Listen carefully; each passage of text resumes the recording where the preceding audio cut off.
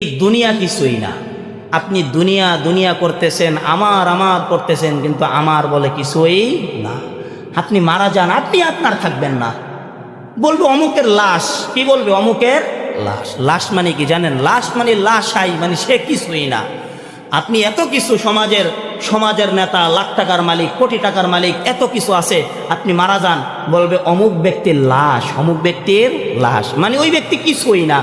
আপনার এত সম্পদের মধ্যে আপনার সাথে কি যাবে? 1500-1600 টাকার সম্পদ যাবে, 3খানা কাপড় যাবে, সুরমা, আতর, গোলাপ জল একটু ব্যবহার করা হবে।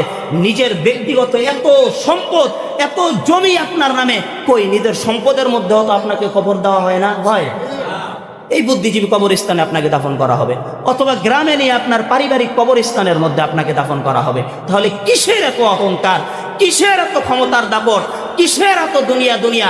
এই দুনিয়া কিছুই না। আপনি আল্লাহর হয়ে যান, আল্লাহ আপনাকে দুনিয়াও দিবে, আখেরাতও দিবে। ঠিক কিনা বলেন?